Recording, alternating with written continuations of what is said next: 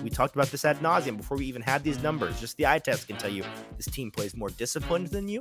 They play more efficient than you, and that's the Mike Vrabel way.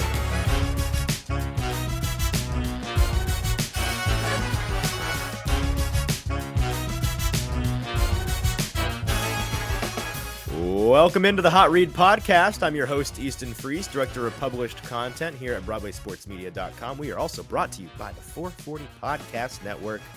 I am joined, as always, on this Thursday, which is a new one for us. We don't have many Thursday shows during the year, but with a Thursday night football game featuring the Titans, we are obliged to do a early preview show, and that's what we're here to do. I'm joined by producer JT, as I always am. JT, how is your...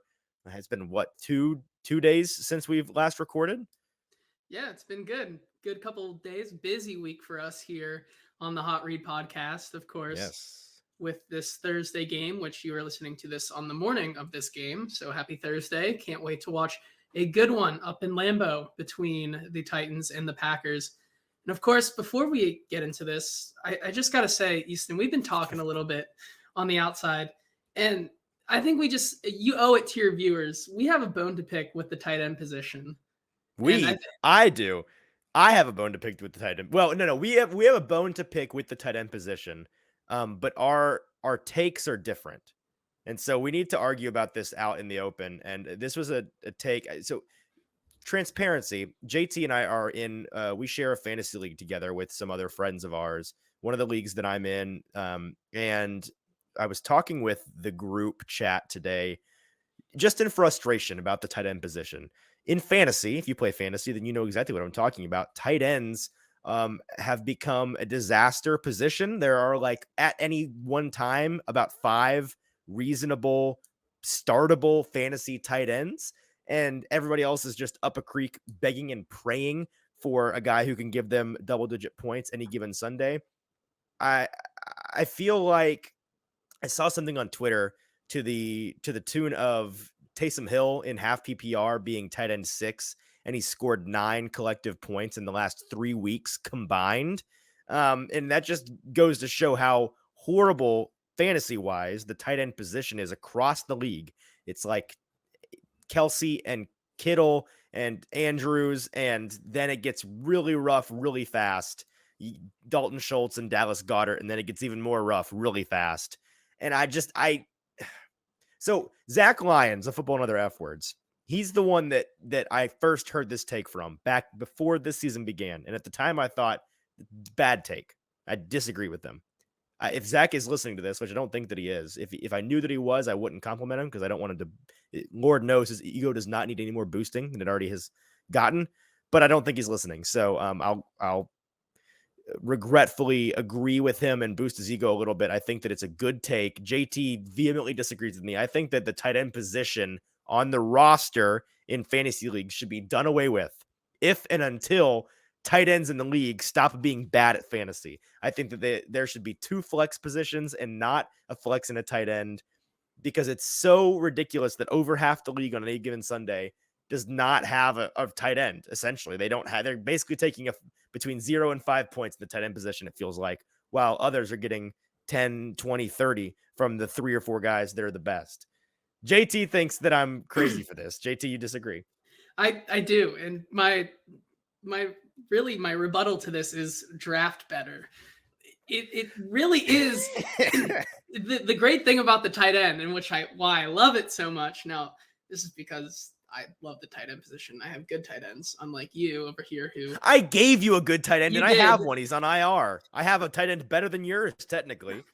By the way, this whole debate started because the host of this show has started Taysom Hill the last 3 weeks. We don't need to talk about that, but I digress.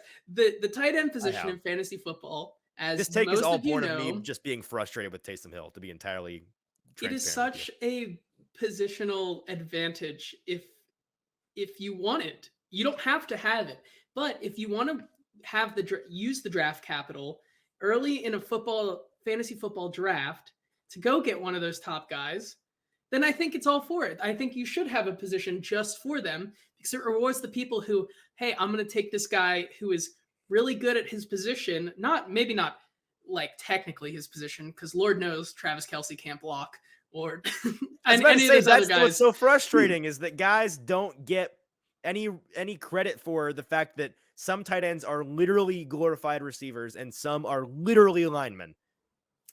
And to that I say, if you want to see it produce in your fantasy lineup, then draft one early. There's three different categories. You can take the pick in the first and second round. You can take an Andrews, or you can take a Kelsey. You can go in the third round and you can be stupid for the second year in a row and take Pitts, and I'm sure people will do it once again next year. Or you can say, okay, let me use one of these 6th or 7th round picks where I could get maybe a wide receiver 2 or something, and let me get a tight end who's going to produce on a week-to-week basis. I just think that the tight end has carved out a role for himself, not in like this player is going to win you every week, but I think as a roster construction, it's a pivotal part of the roster. Here's my compromise, and ultimately I agree. My take is born of frustration with my crappy tight ends that I've had. Now the good news is I'll get over it soon because I have David Njoku, and he's going to come back, and he was good before he got hurt. But I won't go into any more detail because you don't care about my fantasy league. I get that you shouldn't care about my fantasy league. But I think that the compromise here is because so many different tight ends don't get nearly as much share of the passing game.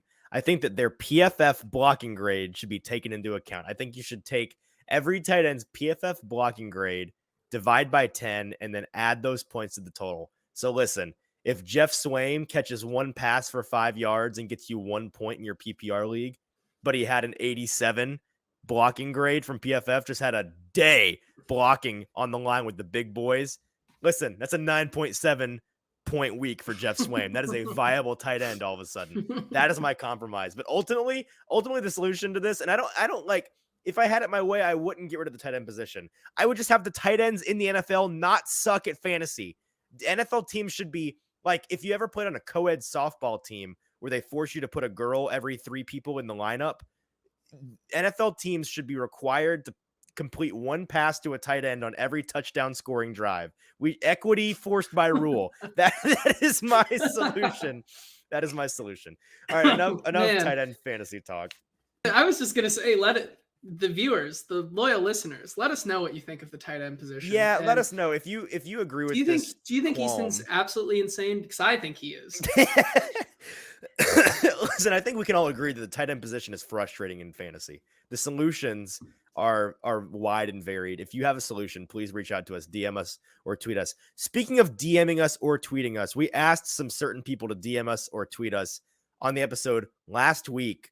I don't want to get to it now because I don't want to front load the episode with all of our shenanigans. We'll put some on the back end here. But we asked anybody last week that was or not last week, excuse me, on Monday, last show, 2 days ago, if they were listening to this show and they hadn't seen the Titans game and they were some sicko that for some reason was relying on us to inform them about what happened.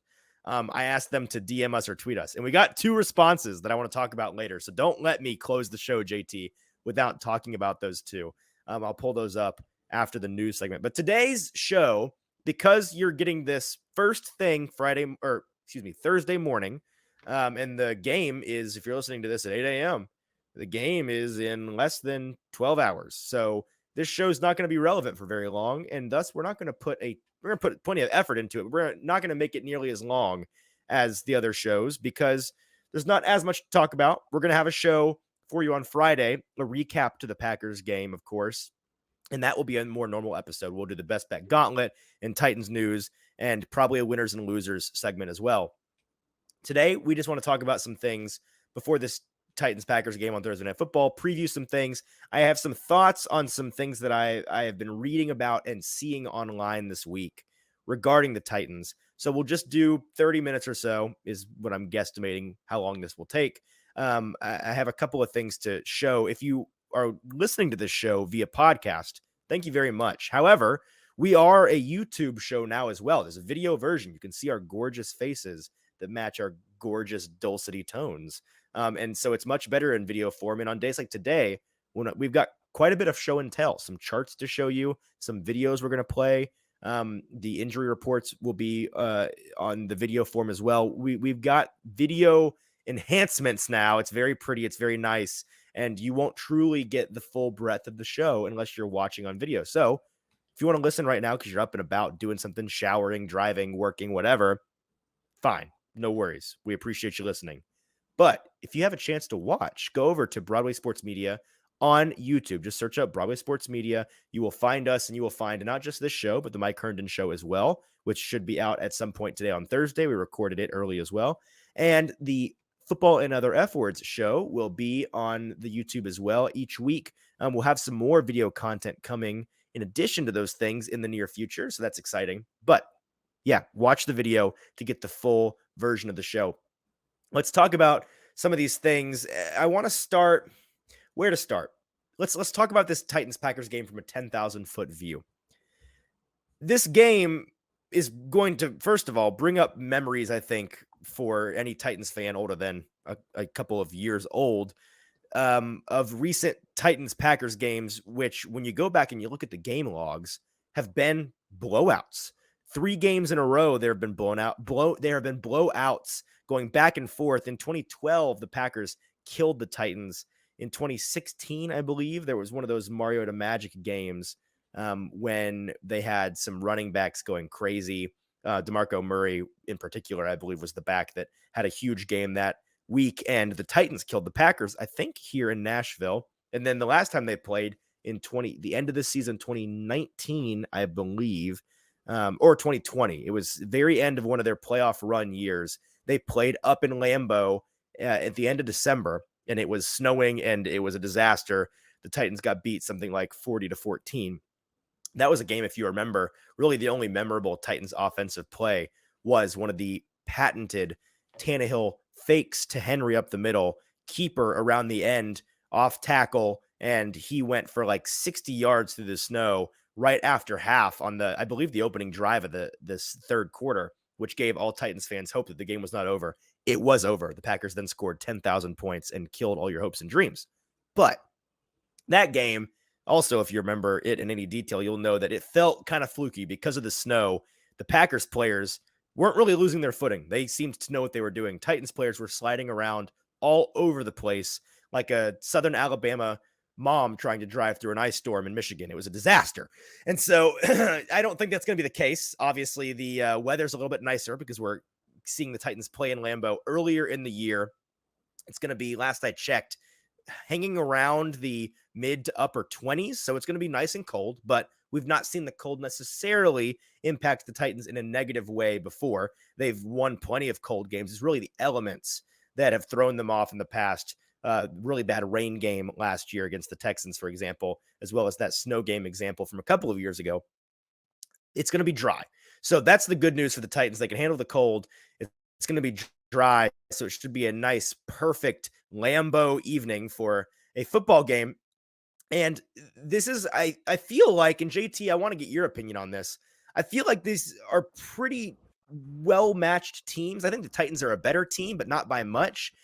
And I feel like the matchup is pretty even. These are two teams that have struggled to pass the ball this year.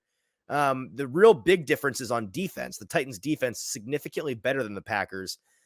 But the Titans' run offense and the Packers' run offense are really what their coaches at least want to be the foundation of these teams moving the ball offensively. Packers, of course, don't have a Derrick Henry, but they have a very nice two-headed monster in A.J. Dillon and Aaron Jones, which I expect to give the Titans a bit of a test in this game. And the Titans' run defense has been phenomenal. I'm talking to Mike Herndon on his show when we recorded earlier today. We're recording this on Wednesday night, by the way. Talking about he went back and tracked Titans' rushing yards allowed on defense since week 2, excluding any quarterback runs. So essentially taking out all the yards that Patrick Mahomes gained, taking out all the yards that, well, I guess he was really the only quarterback in that stretch that ran all over them. Josh Allen ran all over them in week 2, but I believe he excluded that statistic. And they were only allowing something like 45 yards to running backs in the run game per game, which is insanity. I'd expect this game to be a little bit better for their opposition running the ball because they have a much better run game. this Packers offensive line has done a much better job run blocking this year than they have pass blocking. Again, very similar to the Titans. Titans pass rush is going to be able to get home in this game. Their offensive line has been shoddy, to say the least, in pass protection. Aaron Rodgers is going to have to get the ball out quickly, which he, as a very much a seasoned veteran pro, he's going to be able to do that. But it's going to force the issue a bit in the passing game. And I'm interested to see. We'll get to the injury report a little bit later in the show when we get to the news with JT. But I feel like it doesn't matter all that much who does and doesn't play, at least on the defensive front, on the pass rushing front. And that's frankly due to the evidence we were given on Sunday. Just a few short days ago, we saw this team roll out, granted against a depleted Denver offensive line. However, as we said, this Packers offensive line is not fantastic either. We saw them roll out all but 4 or 5 backups on the defensive front. They started the game with just 6 starters out, just 5 starters in the starting lineup. And at one point, they only had 3 starters in the game for a little bit there. So they've got phenomenal depth. We covered that at length in Monday's show.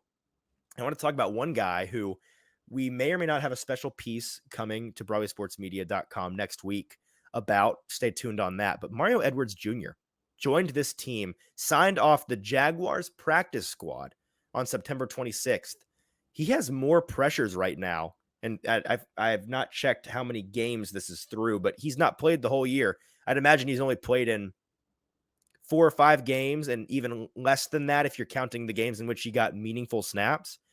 He has 22 pressures on the year so far, and that's more than Kwity Paye, Robert Quinn, Frank Clark, or former Titan great Jadeveon Clowney.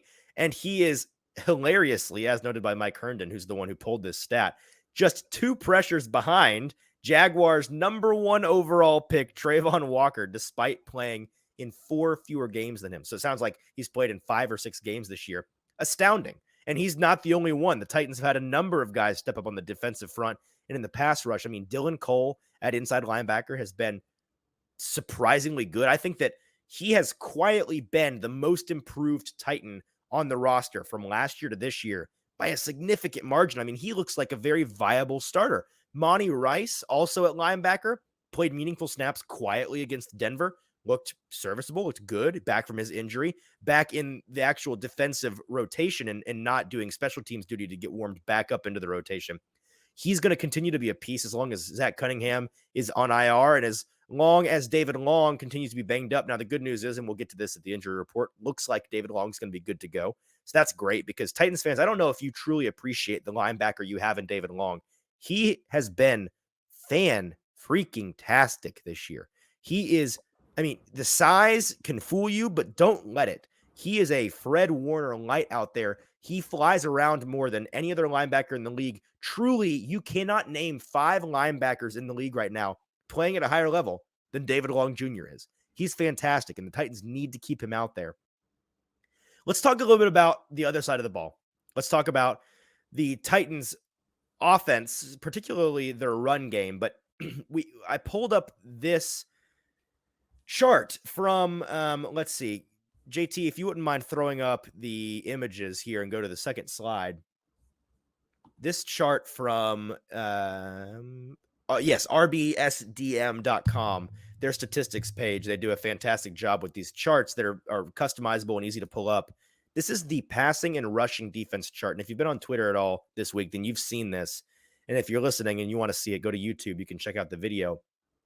This is the chart through week 10 of all the passing and rushing defenses in the league based on their drop back EPA. So their passing EPA per play on the x-axis, and then their rush EPA per play allowed on the y-axis. And these are defenses. So this is basically run defense and pass defense charted. You see each team, and so the quadrants are bad all-around defense, good all-around defense, and then on the upper right hand or upper left-hand side, you've got the good run defenses, bad pass defenses. And then on the opposite quadrant, you have the bad pass defenses, good run defenses. And so, good pass defenses, bad run defenses.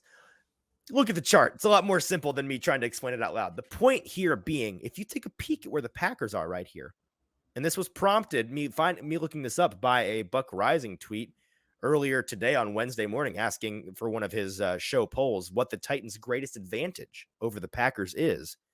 Well, you pull up this chart, and if you look at it for more than 5 seconds, you realize it's very evident. It's Derrick Henry. If you look at where the Packers are in this chart, they're an above average drop back EPA per play team. So they're an above average team defending the pass. Not great news for a Titans team that struggled to pass the ball, but they are a basement dweller team in terms of defending the run. They are on par, just barely above, but just barely, inconsequentially above the Houston Texans. I shouldn't need to remind you what this Titans run offense did to the Texans run defense the last time they saw them, and the last time they saw them, and the last time they saw them, and the last time they saw them. If this Packers run defense is anything like that, and if you watched the Packers-Cowboys game last Sunday, then you know Cowboys were running on the Packers at will at times.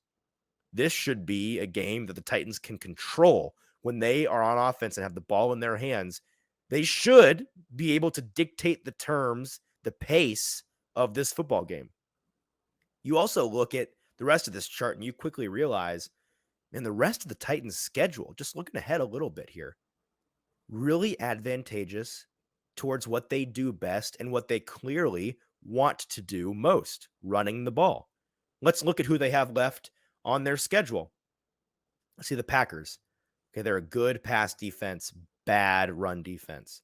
The Bengals, even better pass defense, but a below average run defense. The Eagles, a very good pass defense, but even worse than the Packers and the Texans. 31st in the league, only better than the Browns defending the run. The Cowboys are just below average as a run defending team, but they're a very above average, top 4 pass defending team in the league. So those 4, Packers, Bengals, Eagles, Cowboys, all 4 of them from below average to awful in defending the run, the thing that the Titans eat the most on. And they're all 4 above average to elite defending the pass, something that the Titans already don't do well, so it shouldn't bode well. I'd bet the unders in the passing game in those games, but frankly, do you think Mike Vrabel cares all that much? If you told him, hey, on Sunday, Mike, if I gave you the option to play against a team that was really good defending the run, but they will let anything go through the air, or you can play against a team that they are going to shut you down with their safeties in their corners. You're not going to be able to pass the ball, but you can run on them all day long. You know which choice he's picking, and it's not close, and it's the same each and every week. He wants to out physical you. He wants his team to be bigger, badder, stronger, tougher, grittier than you, and he has built his team around that, and he's built a team that is that on most Sundays. It's how they win incessantly, over and over and over. They're 6-3 despite being the worst and one of the worst offenses in the league by many metrics right now. Doesn't matter. Mike Vrabel wins because his philosophy, his team building allows for a team that, as we've talked about on this show many times, breaks many norms. Looking at other teams on the Titans schedule coming up, the Jaguars. Well, yikes. They're kind of the opposite. So that'll be different. Maybe harder for King Henry in that game. They're a above average, pretty good run defense. However, they're a below average, quite bad passing defense. So that's good news. Maybe the Titans game the passing game can get hot in those 2 Jaguars games. But also, I shouldn't need to remind you, which team in the NFL does Derrick Henry historically own more than any other? It's his hometown team of the Jacksonville Jaguars. So will it really matter that they're slightly above average as a rushing team? We will see. And then there's 2 teams left the Titans face that are just bad defenses all around. One, we've already seen them face. It's the Texans. That shouldn't be a problem for them. The Texans are a bottom 3 defense in the entire league. Then the Chargers. The Chargers went and spent a ton of money in this offseason on guys to bolster that defense. Went and spent a bunch of money on a defensive lineman. Went and spent a bunch of money on a new cornerback from New England. Spent a bunch of money extending their star safety. Hasn't mattered. They continue to be a turnstile, especially in the run game. They are the only team the Titans face that is worse than them defending the run for the rest of the year is the Eagles.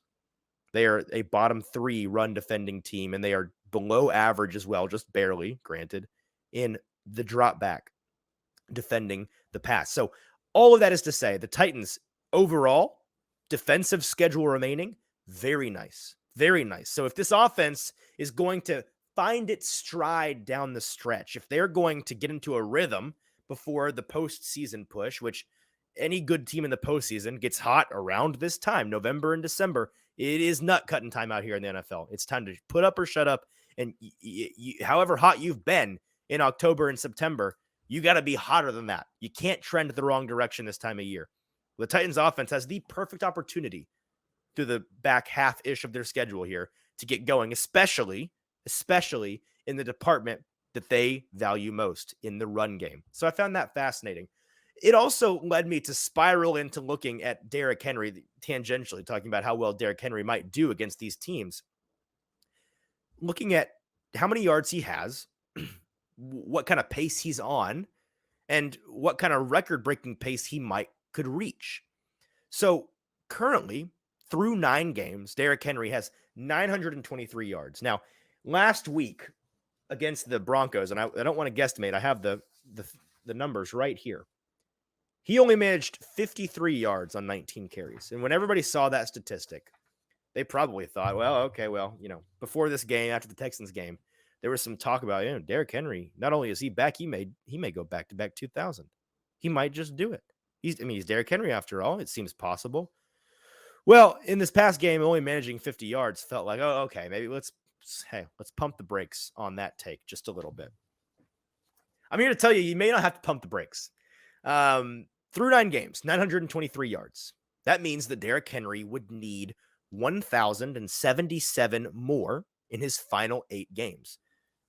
That comes out to an average of about 135 yards per game. He needs to run for around 135 yards a game in the remaining 8 games to eclipse 2,000 for the second time, to become the first running back in NFL history to have 2 2,000-yard seasons and to all but punch his ticket into the Hall of Fame.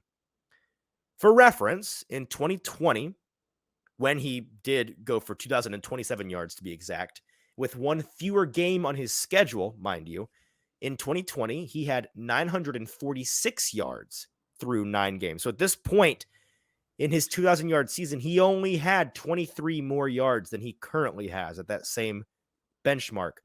He averaged over his final 9 games in that season 148 yards per game. Now, he had to average quite a bit more to eclipse 2,000 because he had one less game to play in. All of that is to say, if he stays healthy, based on Derrick Henry's trajectory in the past, JT, 3 years in a row now, the way that he gets hot around this time of year, it's absolutely not out of the question against these very bad run defenses that he's going to have coming up. Another 200 burger possibility against the Texans. They're sitting out there. They're there for the taking. If Derrick Henry can stay healthy, a second 2,000-yard season, unlikely still. It's unlikely regardless of the circumstances, but certainly not out of the realm of possibility. And I find that very interesting. The last thing, forgot. Second to last thing that I find interesting before we get to the news. JT, pull up our images again. Let's go to the first slide. This is another image chart of data that had been floating around Twitter quite a bit this week. And it has to be highlighted. We've done a lot of positive Titans talk on this episode so far. Here's a little bit negative. This is the pass protection ratings. It's an aggregate grade put together, averaging each team's PFF blocking grade, pass blocking in particular, as well as their ESPN pass blocking grade. The Titans come not just in last in the league, 32nd overall, they come in dead last. If you aren't looking at this image right now, the grades are on a color gradient. Blues, the best team is a dark navy blue. The worst team is a very faint baby blue, nearly a white. the gradient goes very smoothly all the way down the chart. Keeps getting lighter and lighter, but ever so slightly until you get to the Colts at 31st. They have a 26 score. So the last couple of grades, a 34 for Washington, 31 for the Bengals, 29, 28, 26 for the Colts. Then you get to the Titans, and the gradient turns white all of a sudden. You go from 26 to 7. 7. Those last couple grades went 38, 37, 34, 31, 29, 28, 26, 7. Holy smokes. And it gets worse. It gets worse than that. Let's check the two grades that they combined. Where'd they get a 7 from? All right, ESPN gives them a 22. Oh, so based on ESPN's grade, actually, they're not the worst. There's a couple of teams on this list that are worse than them. Well, let's check out PFF. They've been doing this longer, right? Oh, PFF gives them a 0. A 0 grade on pass blocking. I had somebody ask him on Twitter, are we sure that's right? How's that? How can you get a 0? They're not getting sacked every single play. Now, to be fair, I think that these grades are given out on a 0 to 100 scale. The best team is automatically given 100. So the Ravens have 100, their PFF score. The Titans, the worst team, got a 0. And I think all the other teams are slotted in between there on a scale. They use those as the goalposts. Makes sense. Kind of unfair for the teams to get 100 and 0, but those are the benchmarks. Needless to say, PFF feels very confident that your Tennessee Titans are the worst pass blocking team in the league. And if you've watched them at all this year, I'm not sure how you could argue with them. We've seen how bad the Colts pass defense has been. It got Matt Ryan benched, probably got Frank Reich fired, and it probably sent our buddy, old crazy Uncle Jim Irsay, back into remission. But the Titans have somehow been dramatically worse than them. Dramatically. Is this Titans offensive line going to get better? This is the question. And it's on the surface a wishful question because it's like you're halfway through the season. The personnel's the personnel. What do you mean? Like they're not going to get better. Obviously not. But then if you know anything about the Titans' history as a team, then hang on a second. The Titans' offensive line coach is Keith Carter. Okay, Keith Carter's a really good coach. He is. And historically, over the last 3, 4, 5 seasons he's been here in Tennessee, his offensive lines have always started very slow, kind of like Derrick Henry, but even more dramatic and more patient throughout the season. You have to be more patient, that is, because these offensive lines of the Titans over the past couple of years, many times have started out the year bottom 15, bottom 10, bottom 5 in the entire league, especially in pass protection, because the Titans have never been a passing team. They've been a running team. Throughout the season, though, these offensive lines have gotten dramatically better. Not great, but they've gotten above the halfway point, above league average in both run and pass blocking. And that's been a credit to Keith Carter and his coaching staff. Are we thinking that this is going to be the case this year? Maybe. I feel like we've said these things before about the Titans where, guys, this is the personnel. It's not getting better. It's fair. It's not. This is Dennis Daly. I'm here to tell you, as much as I shouted from the rooftops for a month before I finally shut up about how Dennis Daly has to go, do anything else. It's futile. They're not going to. He is what they think is their best option, which is just a scathing indictment of how bad their options are. Horrible. It's all they've got. There's no more trading. There's no more guys to elevate from within. This is who they're rolling with. Oh, and by the way, they'll be rolling with one less starter. We'll get to that in the news on this Thursday Night Football. Ben Jones will not be playing. But this Titans offensive line, on one hand, I guess I'm floundering a bit here because, frankly, I'm trying to come to a conclusion, and usually a conclusion is an answer, and there's not an answer here, is there? There's not. This offensive line, it would be hard for them to get much worse. You can't get worse than a 0. They're at a 7 right now. This conglomerate grade, they don't have much room to go any lower. But can they get much better? As a run blocking team, I think that they can get healthier, and I think that they can get better. If Ben Jones gets back from his concussion and is healthy and good to go down the stretch, if Nate Davis continues to get better, and since coming back from his injury, he's quietly been not all that great in these past couple of games. So you'd imagine he's going to keep getting better as long as that injury continues to heal, which is a big if.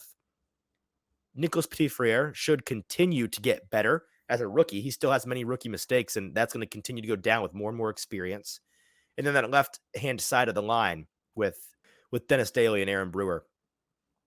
And I mean, they're both veterans. I don't see any world in which that gets dramatically better. I think that's just what it is, and they're going to continue to have to play Jeff Swaim as a bonus left tackle on a regular basis, which is a bonus to all you Jeff Swaim haters out there that don't want him to see the field.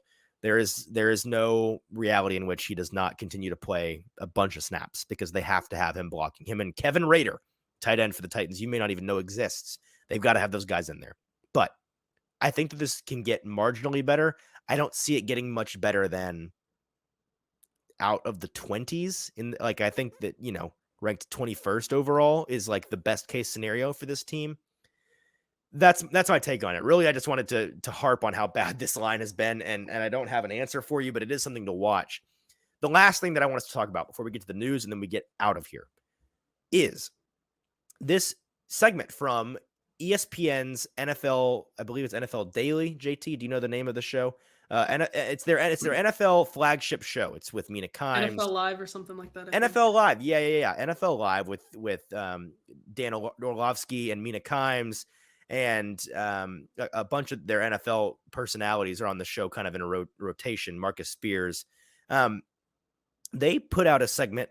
I believe it was yesterday, but I could be mistaken. This week at some point, they talked for about 10 minutes, and it was a clip going around Twitter quite a bit. So much so that I wanted to break it up and us to listen to a little bit of it on the show and talk about how if you are a Titans fan and you listen to this video, there is no way that you don't listen to this and think, oh, ESPN, did they accidentally or intentionally secretly get Mike Vrabel's football manifesto? Because what they're talking about, these trends in the NFL right now, revolving around the run game and the pass game and how defensive fronts are needing to be built, is precisely what Mike Vrabel believes in as a football coach, precisely how he coaches his team, and precisely how he and GM John Robinson build this football team. Now, whether it's for right or for wrong, there's criticisms both ways, but the trends in the NFL that they're about to talk about, and I've split this clip up.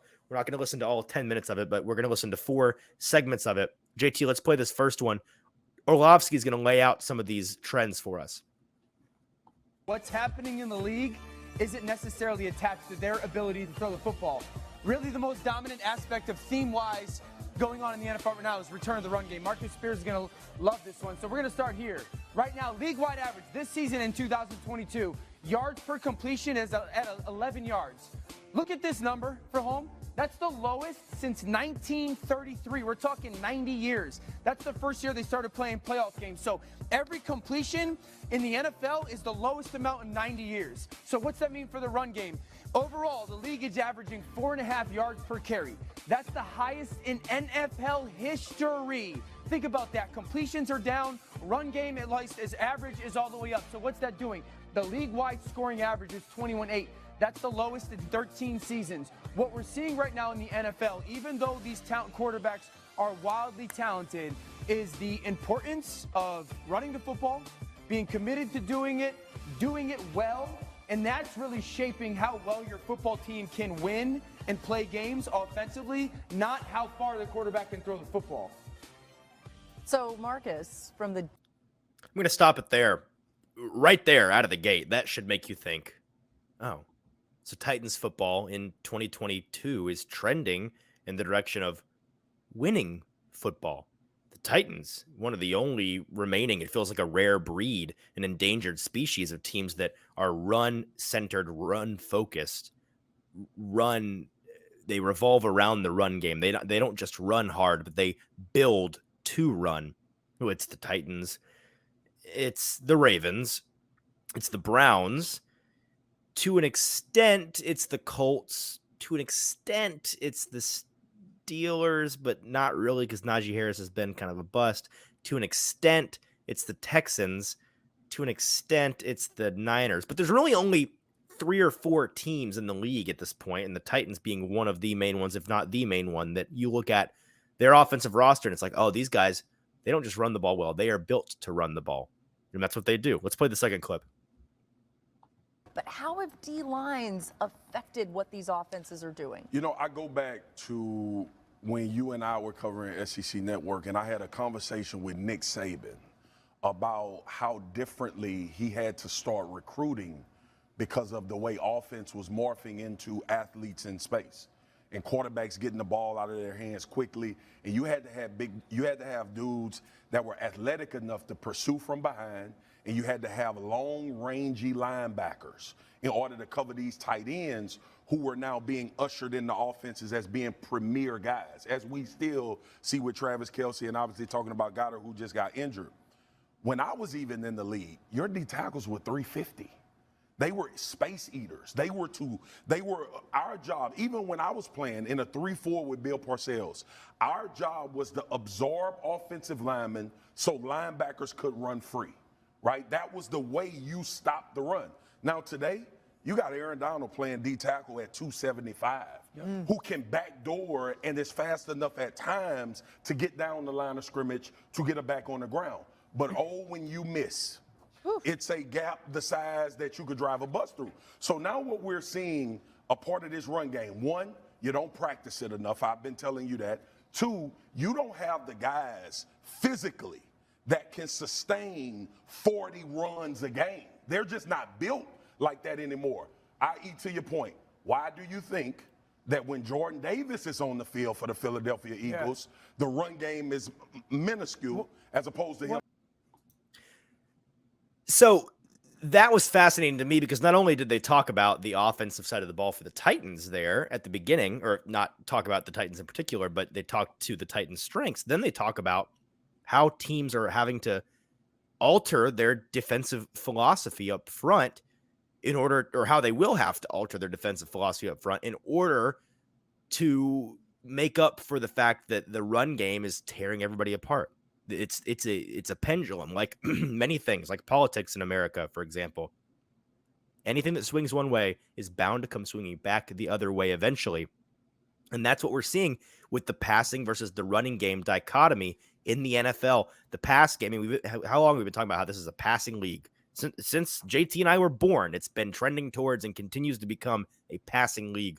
Well, here we are in 2022, and passing is down a 90-year low, and running efficient. These are efficiency stats. Running efficiency is up to an all-time high. 4.5 yards per carry is good for a third down every single set of downs, but it's a 3rd and 1. I mean, that's infinite first downs. That's touchdowns all day. Statistically speaking, Marcus Spears there, some interesting insight into how back in the day, and he's right about this, of course, the defensive front used to be just big bodies. Like he said, space eaters. That used to be a word that the Mel Kipers of the world would throw around regularly during draft time. It'd be about like, well, this guy, D tackle, phenomenal in the run game, massive, 6'4", 320. He's a space eater. You don't hear that anymore. You hear about guys, like he said, that are quick, fast, big-bodied guys, but they're lean athletes, right? They have to adjust to be able to contend with these offensive athletes in space. You got to get the Bud Duprees and the Rashawn Weavers of the world in there that are these bigger guys but can run these guys down. You got to get the Aaron Donalds, or the ideal body type, right? Like 260, 270, 6 foot, 6'1", 260, 270. They're big. They got a low center of gravity. They've got the leverage to contend in the run game, but they are athletes like everybody else on the field. That's led to, when you build teams entirely around that philosophy, that body type, that athlete type, it leads to you just simply not being able to contend with the run game, especially up the middle. And they're about to talk about the specifics. Mina Kimes is going to come in and talk about the specifics of what kind of runs in particular are working so well. But when they're talking there about, when Marcus Spears talks about the fact that these teams used to build on big defensive tackles, big defensive linemen, and they don't league wide anymore, it led me to go look at the Titans depth chart and see some sizes and some heights and some weights, because I'm sitting there thinking, well, I feel like that's kind of the way that this type, because we talked about this, right? The Titans defense, phenomenal in the run game. What are they doing so well this year when the rest of the league collectively is struggling more to defend the run than they literally ever have. How are they so efficient in the run defense while everybody else is so inefficient? Well, let's look at some sizes here. Okay, you've got Jeffrey Simmons, D tackle, 6'4", 305. You've got DeMarcus Walker, 6'4", 280. Tier Tart, 6'2", 304. Naquan Jones, 6'3", 313. All of these guys. Mario Edwards, 6'3", 280. The smallest guy on here is 6'3", 6'4", and 280 pounds. And they've got a handful of 300-pounders in Tier Tart and Jeffrey Simmons that they love to set down right in the middle and space eat. And they complement those guys who, not to discredit their athletic ability, these guys are freaky athletes. They break the mold. They do both things at a competent level. They complement that with guys like Rashad Weaver at 6'4", 259, developed very well as a bendy outside guy. Harold Landry, same kind of body type, even bendier, even faster. Bud Dupree, same thing, bendy, fast, can set the edge effectively, contain the pocket, compress the pocket, or in the run game, like we're talking about, set that edge and force the runs inside where the space eaters are waiting to eat up all that space and give the running back nowhere to go. That is how they are succeeding on defense. And they are, once again, playing an old school game. And again, this is Mike Vrabel across the board. Everything he does, to his detriment and to his success. We talk about why is this Titans team so old school? They're so New England. They're stuck in the 90s. This team is stuck in the past. They are so old school with everything that they do. Well, eventually, old school works again. In football, we see these things swing back and forth, and they're swinging back in the direction of the Titans, and no longer on this topic in particular right now in the run game on offense and in the way that they're building the defensive line, no longer are they looking like a team stuck in the past, a team stuck behind the rest of the league. Get with the times, man. Be progressive. Build your team the way you're supposed to in 2022. No, now they look like they're ahead of the curve. When it swings back the other way and you're stuck in the past, you are now ahead of the curve when things start coming back your way. And that's how the Titans are finding success, defending the run while the rest of the league isn't. JT, let's play the third clip. Hi. Yeah, my first thought was, okay, well, what is quarterback rushing production? How is that factoring into this? Sure. And it is a big part of the reason why rushing overall is up. But even when you take out quarterbacks, runs only by running backs are up on early downs. So my second reaction was, well, are they running into more light boxes? That's also a league-wide trend. And they weren't up as much. They're up a bit on early downs, but not as much as I thought. What has changed dramatically, and this is what I think is a pretty big factor, is the types of runs we are seeing on early downs. League-wide, so far this season, outside zone and inside zone are down, gap runs are up. And not only are they up, guys, they are way more productive on early downs. Look at those numbers on power and counter. And if you don't like yards per carry, success rate is also way up. To me, and I'd love to hear your guys' thoughts on this, I have to think this is a response to some of the changes defenses have been making. When Kyle Shanahan and Sean McVay and the Shanahan scheme became more popular in the NFL, you saw more defenses. We talked about this, leaning on those bear fronts, ways to stop zone runs. And as you guys know, the counterpunch, no pun intended, is gap run. So I'd like to hear if you think that this is a schematic change as well, and maybe offenses reacting to how defenses reacted to offenses. I want to go back to this point right here. Let's pull it back up, JT. I want to pause it on that chart she pulls up. Success for those rate of is us watching. Yep, right there. also- Perfect. So she has a chart if you're just listening to us. 2021 last year compared to this year. The 4 different types of run. Outside zone, inside zone, zone scheme, and then gap schemes, power and counter. From year to year, last year to this year, outside zone has improved in run yards per carry efficiency by 0.1 yard. Insignificant. Inside zone, 0.3 yards. Less insignificant, but pretty insignificant. Power, it's improved 1.1 yards per carry. Counter, 1.2. The gap schemes have improved in efficiency in just 1 year by over a yard per carry. Now, granted, the Titans, like we said, run the ball like crazy. So they run a lot of zone and gap scheme and they do more zone than gap schemes, like most teams in the NFL. But what do they do a lot of? And what, if you've listened to any of the Mike Herndon show film breakdowns, which you should, what have they been doing a lot with a lot of success in recent weeks? They run power quite a bit because, I mean, Derrick Henry, power, duh. But they've been running counter a ton. And if you're not super into football schematics and lingo, whenever you see, just eye test, I trust that you see these things. Have you noticed how the Titans this year do a lot of running, with the running back in particular, away from the direction of the blocking? Cutback runs, back end runs, backside tackle runs. These runs where it's the entire line moving left and Derrick Henry cuts to the right into the open space. You've noticed that, haven't you? And you've noticed that those are the runs in which they tend to get these massive 8, 10, 12, 13, 24-yard run plays and cut off these chunks at a time in the run game. It's because teams have done such a good job adjusting to the success of zone running schemes that they've gotten lazy, poor, behind the 8 ball, defending power and counter, defending gap run schemes. And so the Titans, as has the rest of the league, have done a fantastic job doing that. And even though they do more zone than gap scheme running, because they do more running than anybody else, and because running overall is up in efficiency, that is what is allowing them, frankly, to be more efficient than you. Again, we've talked about how the Titans have been outgained in all but one game this year.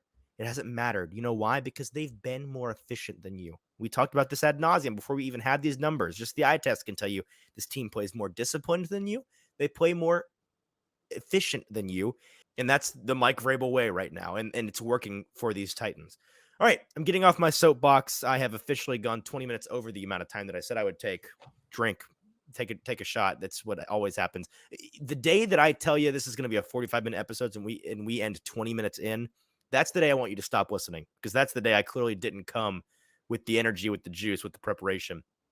I hope that you found that interesting. I found those things interesting. Kind of a random scatter shot of ideas from me today, but it's kind of weird midweek. This Packers game, not a whole lot of details besides what we've already covered. It's going to be a fascinating one, and we'll cover them in much, much more detail on, I guess you're listening on Thursday, so on Friday morning in the recap episode. But for now, let's get out of here. Let's talk to JT. JT, you got the Titans news.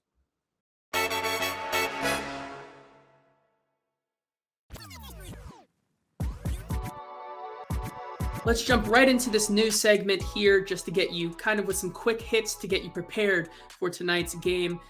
Starting with the injury report, and before we even talk about who's in or who's out tonight, of course, someone who just can't catch a break here in his early career, Caleb Farley, is going to the IR for seemingly probably the rest of the year, but just he's done. He's done. He's JT. done for the year. He's done. It's a tough break for the young kid and the first round pick that the Titans spent a lot of capital on. Yeah, it's rough. I mean, I'm not going to sit here and do the Jared Stillman dig a grave for the guy. I'll leave that gross stuff for him. Frankly, it's a bummer, and we'll be able to talk quite a bit about how this missed draft pick or seemingly missed draft pick impacts the Titans as a team and in the team building phase of the year in April. But for now, it sucks for a guy that I feel like, and I got into a spat a little bit with Tyler Rowland over at Tic Tac Titans on Twitter this week, just about how we disagree a little bit about Caleb Farley. He has decided that it was a bad pick, and that even if Farley had been healthy, his NFL career probably still would have been a bust. I think that's ridiculous and a real logical leap, considering he has not really been healthy long enough for him to develop at all. You know, he played a handful of snaps in the early parts of last year at his rookie season before going down with an ACL injury. Came back. Who knows whether or not he was. I mean, actually, I do know. You go and you look, and this guy Caleb Farley, who had 4.2 speed in college, getting absolutely dusted by the 4.4 De'Ami Brown in the Washington game. That's all I needed to see to be able to know this guy's ACL injury. He still doesn't trust that knee. He still doesn't have his top gear yet. And he now with this was a disc injury, I believe, with his back, a disc I don't know if it was a fracture or what, but it sounds like an injury that's going to last a long time, maybe require surgery. But nonetheless, he's not going to play, and that's really unfortunate. I think that we'll never truly be able to find out, or at least the Titans, maybe one day, for his sake. I hope he gets traded one day, or gets picked up somewhere and maybe gets a chance to reach his full potential. But with the Titans, I don't see him ever being able to show us what he was truly capable of. A phenomenal physical specimen, a phenomenal athlete, great raw ability. That's the reason he was a first-round prospect. But his injuries, his body has just failed on him at an early age. And unfortunately, I think the injuries have been what have kept us from truly finding out what his potential was. Yes, for sure.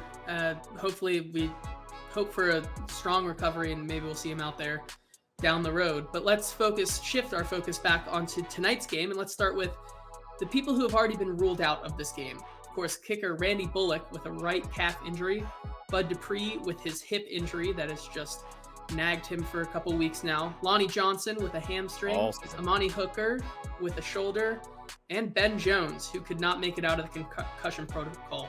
Easton, of course, Brutal. A couple of surprises here, and some we could see coming as well. Which players not suiting up impacts this team the most tonight? I mean, it's Ben Jones. We played a clip, I believe. If not played it, I have one on my Twitter, and I spoke to him in the locker room on Sunday afternoon after the Denver game. Seemed totally fine. It was talking coherently and seemed normal, and was like every other guy in there. Didn't think anything of it.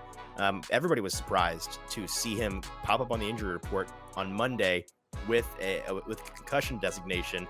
And on a short week like this, with a DNP with concussion in the protocol, with the Titans in particular, who we know are intentionally slow to get guys back from concussion, it seemed clear from the get-go that this guy, wow, okay, yes, he's not playing because it's Corey Levin, next man up at center, and that's what it's going to be. Levin's fine. He'll be all right. He's not Ben Jones, and the offensive line is going to going to struggle at least a bit with the missing Ben Jones link, the kind of the glue of the line that holds them together in the middle. As long as Levin can do a decent job communicating with Ryan Tannehill, which they have a long history together, I don't see that being a big issue necessarily, but it's a big deal. He's one of the best players on this offense, and for him not to be in there, it makes you wonder if, you hope that they can have him back in 9 days after tonight to be able to play against the Bengals at home. A couple other guys. Bullock is interesting because he injured that calf with like 10 minutes to go before the game in warmups on Sunday. It was an issue, so much so that he wasn't doing kickoffs on Sunday, and he only attempted extra points and one made field goal, but it was a short one. In the locker room, he got out of Dodge quickly. We didn't get to speak to him, but he showed up on the injury report, DNP all week with a right calf injury, and he was designated as out. So, JT, that means the Titans went and they got Josh Lambo, baby. Lambo to come play in Lambeau. I like to think that they made this choice just based on just spinning the wheel and looking at the names. I think they made this choice just based on vibes. They didn't actually look into the numbers on Lambeau. They're like, oh yeah, this is the guy. The name makes sense. Let's roll with him. That's what I want to believe. Because if you look into the numbers on Lambeau, not great. Not great. He's officially going to be kicking at Lambeau on Thursday night tonight. He's an 87.1% career kicker. Mostly play with the Jags. But he lost his job after missing his first 3 field goal attempts last season, as well as 2 of his first 7 extra points. So he can't really be trusted based on recent evidence to make any kicks. And in the Lambeau frigid air, I don't know. I would just say this: if you're a Titans fan, you should be rooting for pay dirt on every drive. It should be touchdowns and extra points to be safe with him, because the last thing you need is a bunch of field goals needing to be kicked by a guy that just came in and is a fill-in in Josh Lambeau. Bud Dupree being out with a hip, brutal, stinks. Don't think anybody can be surprised. It's been nagging him all year, and it continues to get worse and worse. I feel like we made to the point where the Titans finally put him on IR because they're going to want him down the stretch, and they have such great depth on the defensive front that they know that they can get away with letting him rest up and get ready for the playoffs. Wouldn't shock me at all if that's the way that they went. Yeah, maybe some Lambo magic for the kicker, Josh Lambo. How many times can we say Yeah. Lambo in Yeah. one news Lambo. segment? Let's look at who is questionable to go in this game. There's only 2 of them, but still 2 big pieces on this defense. Jeffrey Simmons is questionable with an ankle injury, but was spotted without his boot today when we're recording this on Wednesday. So yesterday when you were listening to this, but he still did not practice. And then Elijah Molden, who logged a limited practice, followed by a full participation and then a limited on Wednesday. Do you think either of these guys will go? I'm more confident that Jeffrey Simmons goes than Elijah Molden. With Molden, it's fascinating because when he went out of the game on Sunday, it was very immediate, very abrupt. They designated him as a groin injury. I believe that's what he had last year / the beginning of this year that kept him out for so long. And so it makes me wonder if because they were secretive about this, if he ended up getting a surgery, with injuries like that, soft tissue injuries like that have surgical repair, oftentimes there's scar tissue that is tighter than the actual muscle. And when you go back into physical activity, wherever the injury is it happens in your hands, in your knees with different ligaments, in your legs, if you really get into it and play at a high level and move at a high level, that scar tissue can pop. And it's not a bad thing. It's loosening back up into its normal elastic state, but it can scare the living crap out of you. And it happens quite a bit. And it seems like he didn't say that explicitly, but based on the way that he spoke about it to the media this week, it seems like that's kind of what it was. He talked about it being much more of a scare than a real concern, and that he actually was feeling a lot better and felt like he was going to be ready to go soon. So if he went in this game, wouldn't shock me at all. He was actually full on Tuesday and then limited on Wednesday. So I don't know. On Tuesday was a walkthrough. So I don't know if that necessarily means there was a setback, because on Wednesday they were back full practice again. So if he was, injured, could be full for the walkthrough. That doesn't mean he got injured at the walkthrough and then couldn't go full on Wednesday. It just means different type of practice, different level of participation. With Simmons, he did practice limited fashion on Tuesday. You can take it as 2 ways. One, it's a walkthrough. He was limited because he was able to help walk through, but then at the full practice, they didn't want him out there on that ankle. Maybe. And maybe that means that he, they feel good enough about him going, and he feels good enough about going. He says that he's going to be back soon. Again, he didn't say when exactly. It could also mean that, maybe he did go out there and test it on Tuesday and decided, it's just not happening. It's not happening. And then he's going to sit. I feel like the Titans are going to be tempted again, because their replacement level guys to fill in for Simmons did such a phenomenal job last week. Such a phenomenal job that they may feel like we can kind of roll the dice here. We're playing a road game against an NFC team. We've got a big AFC game coming up 9 days afterwards. Why don't we just, why don't we let Jeff get good and right, give him 2 full weeks to get healthy again, and then we'll play him again back at home. That wouldn't shock me at all, and I kind of lean towards that's what they'll do, but it won't surprise me if he gets out there.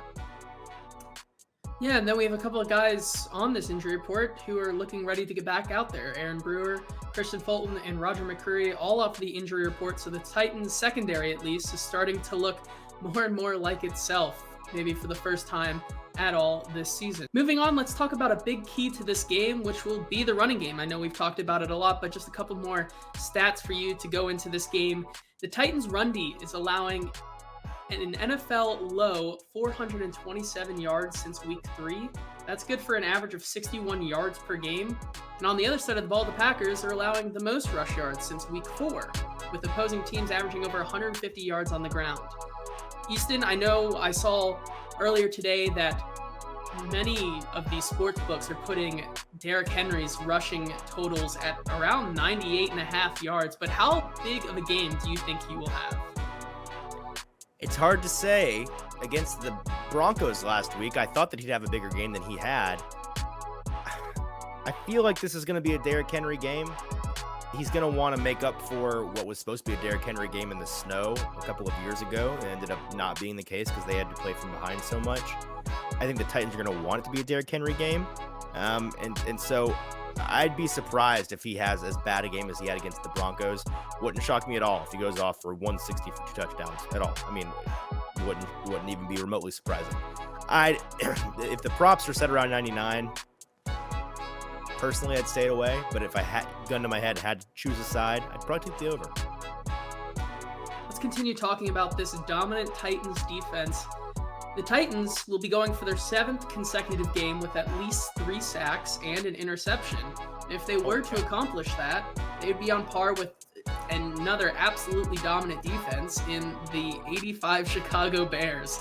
Easton, do you think they'll be able to do it? And also, what does this say about this defense who has been banged up but continues to just be on a massive tear? Listen, JT, if you do anything that allows somebody to rationally compare you to the 85 Bears, that's like a joke, right? Like that's fan-freaking-tastic if this defense can do that. And this defense is the best the Titans have had in a long, long time. They're phenomenal. Their depth is phenomenal. I'm really not all that surprised about the 3 sacks part. It's the 1 or more interception in each game for 6 games in a row.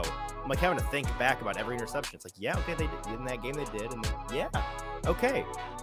The problem is Aaron Rodgers does not throw many interceptions, so I feel like the streak probably comes to an end here. But I probably would have said that weeks ago because this seems unsustainable, and they continue to do it week in and week out. The 3 sacks part, I feel like is a lock. I feel like Rodgers is going to really take a beating in this game if he tries to pass much, and if the Titans handle the game that they want to, it'll force the Packers to pass more than they want to. 1 interception in this game would be big. It'd be massive, and to be able to compare them to the 85 Bears would be insanity. Yeah, and let's round out this new segment here with a couple of records close to being broken for this Titans team. Of course, we have Ryan Tannehill, who is on the verge of setting a couple records, actually. Tannehill just needs 20 more pass attempts to meet the minimum, in which he will then become the Titans' all-time leader in passing rating and completion percentage. He will also be passing former quarterback Marcus Mariota in both of those.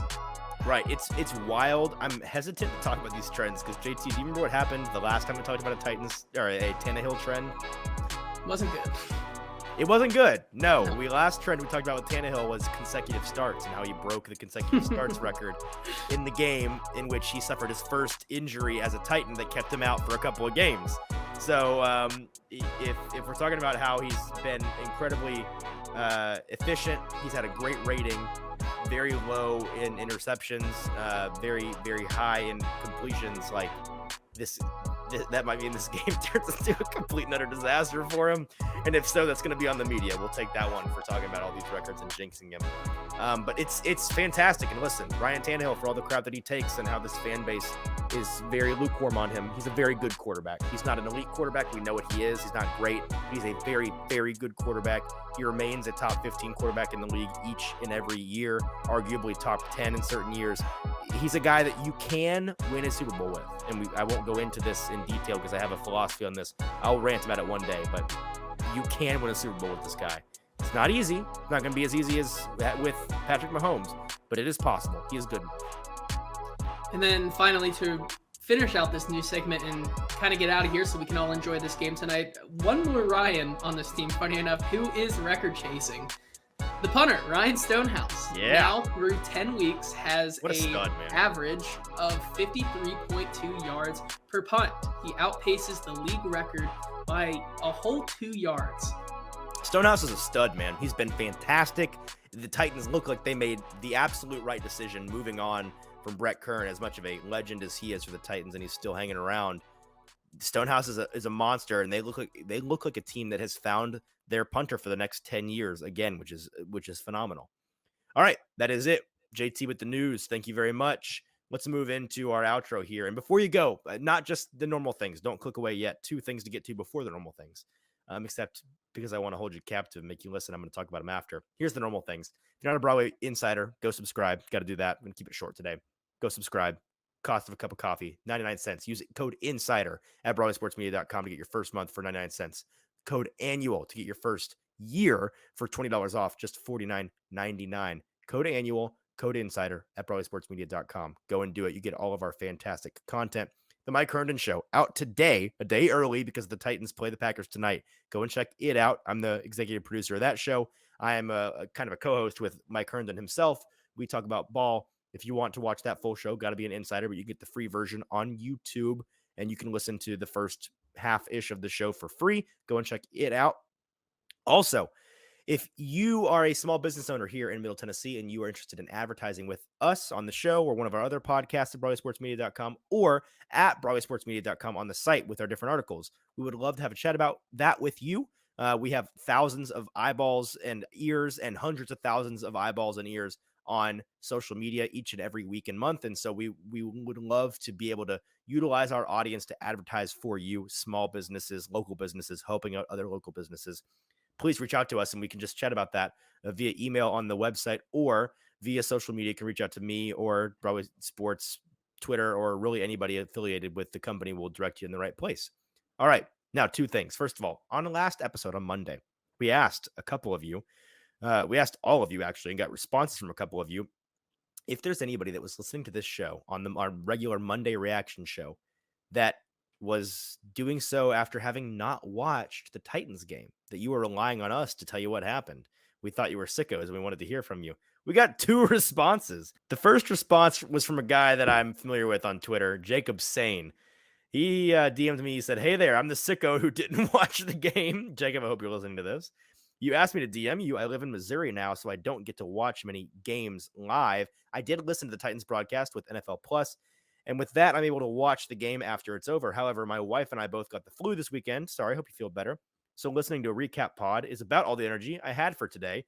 Thanks for the timeliness of your recap pod. It definitely gives me something to look forward to on Mondays, unless we lose, in which case I usually need some time. Yeah, we know some of you need some time because our numbers are down when the Titans lose. You should just bathe in your hatred for the Titans when they lose by listening to the show. Don't avoid it. Confront it head on. It's better for you. It's healing and all of that. We also heard from, all right, I found it. Kyle Mordecai at the Mords32 on Twitter tweeted me on Monday at 5 o'clock. He said, "At Easton Freeze, I just finished the episode from today and I feel personally attacked. I did not watch the game. I was working.